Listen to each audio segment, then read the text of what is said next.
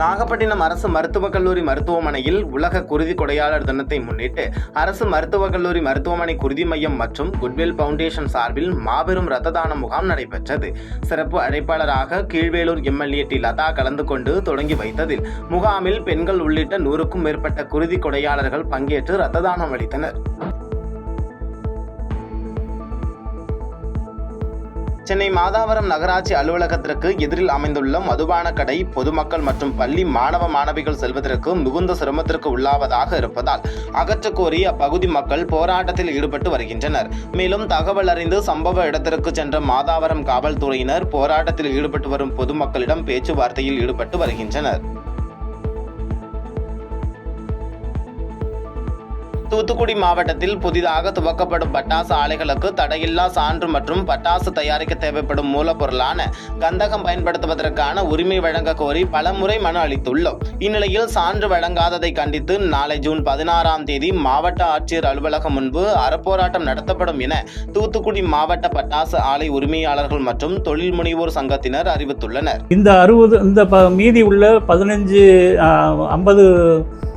50 விண்ணப்பங்களுக்கு எந்தவித பதிலும் இல்லாமல் தடையில்லா சான்று வழங்காமல் தாமதம் படுத்தியிருக்கிறார்கள். இந்த 15 சில பேருக்கு அனுமதி வழங்கிய ரன்னிங் லைசன்ஸ் வழங்கப்பட்டிருக்கிறது. ஆனால் அதுக்கு கந்தகம் பயன்பாட்டுக்கு அனுமதி வழங்காமல் 2 ஆண்டுகளாக காலங்கள் கடத்தி வருகிறார்கள். தென்காசி மாவட்டம் சங்கரன்கோவிலில் அருகே காந்திநகர் பகுதியை சேர்ந்த இசக்கிமுத்து என்பவருக்கு வயல்வெளியில் கட்டுவிரியின் பாம்பு கடித்து உயிருக்கு ஆபத்தான முறையில் அரசு மருத்துவமனையில் சிகிச்சைக்காக அனுமதிக்கப்பட்ட நிலையில் மருத்துவர்களின் துரித மற்றும் தீவிர சிகிச்சையால் குணமடைந்து வீடு திரும்பினார். இந்நிலையில் தன்னை காப்பாற்றிய மருத்துவர்களுக்கு சால்வை அணிவித்து கௌரவித்த சம்பவம் நிகழ்ச்சியை ஏற்படுத்தியுள்ளது. நீலகிரி மாவட்டம் கீழ்கோத்தகிரி அருகே வீட்டில் தனியாக இருந்த 11 வயது சிறுமியை மதுபோதையில் வந்த சந்திரகாசன் என்பவர் சிறுமிக்கு பாலியல் தொல்லை தந்ததாக கூறப்படுகிறது. மேலும் சிறுமியின் பெற்றோர் கொடுத்த புகாரின் பேரில் குன்னூர் அனைத்து மகளிர் காவல்துறையினர் விசாரணை மேற்கொண்டு நடந்த சம்பவத்தை உறுதி செய்து போக்சோ சட்டத்தில் வழக்கு பதிவு செய்து சந்திரகாசனை கைது செய்து சிறையில் அடைத்தனர். தருமபுரி மாவட்டம் பாஜக தலைமை அலுவலகத்தில் இன்று பாரத பிரதமர் நரேந்திர மோடி அவர்களின் நல்லாட்சியில் நடைபெற்ற சாதனைகள் விளக்க கூட்டம் மாவட்ட தலைவர் சரவணன் தலைமையில் நடைபெற்றது.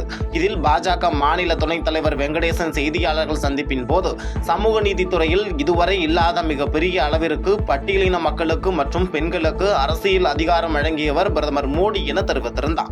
அவர் முக்கியமாக செய்ததாக நாங்கள் கருதுவது சமூக நீதியை தான். இதுவரை இல்லாத அளவிற்கு சமூக நீதித்துறையிலே மிகப்பெரிய அளவிற்கு ஒரு அரசியல் அதிகாரத்தை கொடுத்தவர் பாரத பிரதமர் நரேந்திர மோடி அவர்கள்.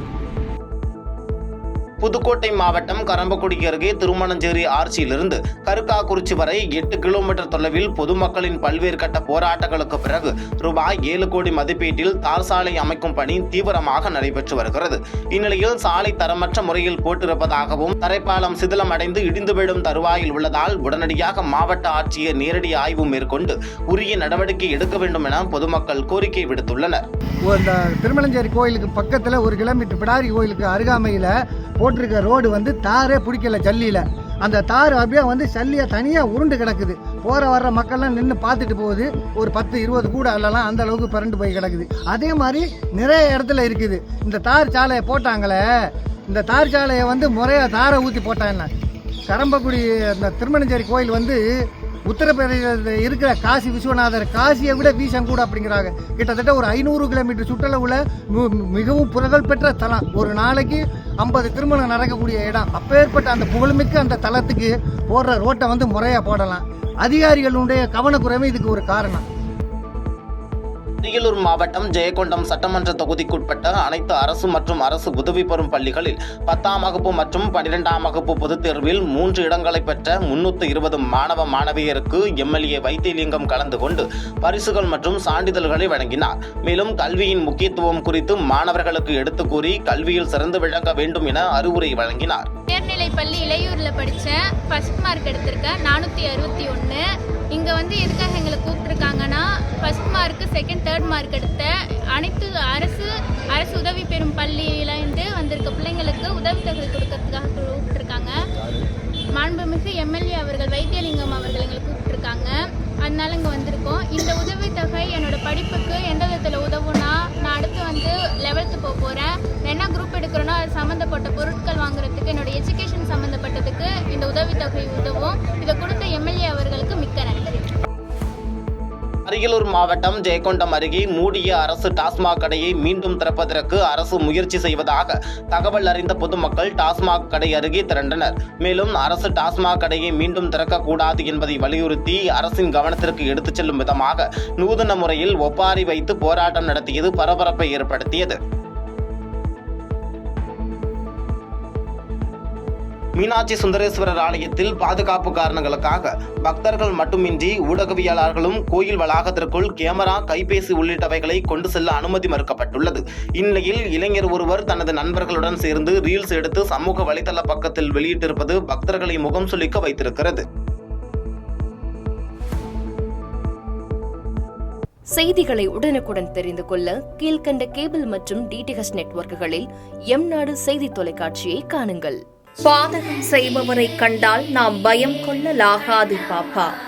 மோதி மிதித்துவிடு பாப்பா, அவர் முகத்தில் உமிழ்ந்துவிடு பாப்பா. அண்மை செய்திகளை உடனுக்குடன் தெரிந்து கொள்ள இணைந்திருங்கள் எம்நாடு தொலைக்காட்சியுடன்.